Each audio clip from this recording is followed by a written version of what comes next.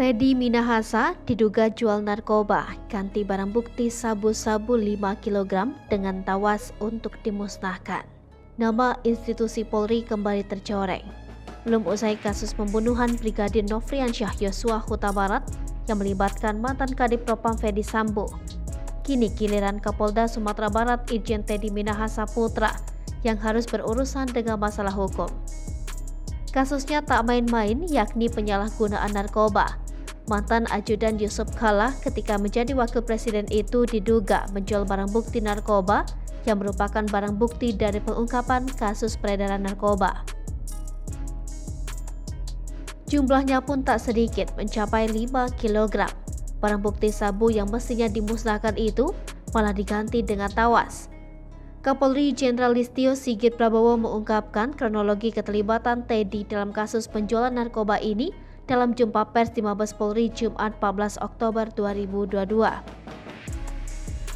Awalnya, Sigit mengungkapkan bahwa penyidik Polda Metro Jaya melakukan pengungkapan peredaran gelap narkoba dari laporan masyarakat. Saat itu penyidik mengamankan 3 orang warga sipil dan 2 anggota Polri berpangkat Bribka dan Kompol. Sigit menuturkan pihaknya kemudian terus melakukan pengembangan kasus kepada seorang pengedar. Hasilnya penyidik menangkap oknum mantan Kapolres Bukit Tinggi berpangkat AKBP, yakni AKBP Dodi Prawira Negara. Saat ini, ia menjabat sebagai Kabak Rolok Polda Sumatera Barat. Dari penangkapan Dodi itu, kata Sigit, penyidik baru menemukan keterlibatan dari Irjen Teddy Minahasa. Propam Polri pun kemudian menjemput paksa Irjen Teddy. Sigit mengatakan, per 14 Oktober pagi, tim Polri sudah melakukan gelar perkara untuk menentukan status Teddy. Teddy ujarnya telah diamankan di penempatan khusus untuk menunggu proses pidana. Setelah ditetapkan sebagai tersangka, Teddy akan dipindahkan di rutan Polda Metro Jaya. Listio Sigit juga memastikan pihaknya segera menerbitkan telegram baru terkait pembatalan jabatan Teddy sebagai Kapolda Jawa Timur.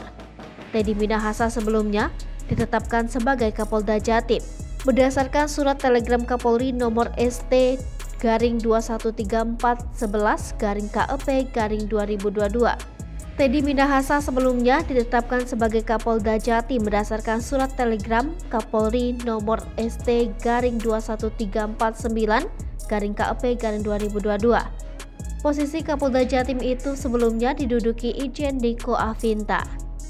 Dalam TR yang baru, jabatannya Kapolda Jatim diserahkan kepada Irjen Tony Harmanto yang sebelumnya menjabat sebagai Kapolda Sumatera Selatan. Sementara jabatan Kapolda Sumatera Selatan akan dijabat oleh Irjen Albertus Rahmat yang sebelumnya merupakan Kapolda Jambi. Terkait dugaan keterlibatan Teddy dalam dugaan penjualan narkoba, Sigit mengatakan pihaknya sudah mendapatkan sejumlah bukti. Namun demikian, Polri masih perlu penyelidikan lebih lanjut. Untuk menuntaskan jaringan peredaran narkoba yang melibatkan Irjen Teddy Minahasa ini, Jenderal Listio Sigit juga sudah memerintahkan Kapolda Metro Jaya Irjen Fadil Imran. Selain itu, Kapolri juga menerjunkan tim dari Mabes Polri ke Sumatera Barat untuk mengecek dugaan keterlibatan Irjen Teddy Minahasa Putra dalam jaringan narkoba di Bukit Tinggi. Inspektur Jenderal Teddy Minahasa bukan polisi sembarangan. Kelahiran Minahasa, Sulawesi Utara itu merupakan jebolan Akademi Kepolisian tahun 93. Dia memulai karirnya di Korps Bayangkara sebagai Kasubditmin Regiden di Telantas Polda Jawa Tengah. Setelahnya, ia dipercaya menjadi Kabid Regiden di Telantas Polda Metro Jaya.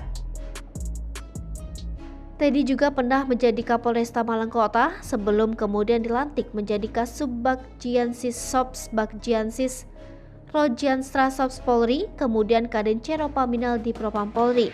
Teddy juga pernah dipercaya mengemban tugas sebagai ajudan Wakil Presiden RI Yusuf Kala pada 2014. Selanjutnya ia diangkat menjadi staf ahli Wapres di tahun 2017. Pada tahun yang sama, Teddy juga mendapatkan penghargaan Seroja Wibawa Nugraha sebagai lulusan terbaik program pendidikan singkat Angkatan 21 TA 2017 Lemhanas RI. Teddy juga pernah menjadi penerima Tanda Kehormatan Bintang Bayangkara Nararia.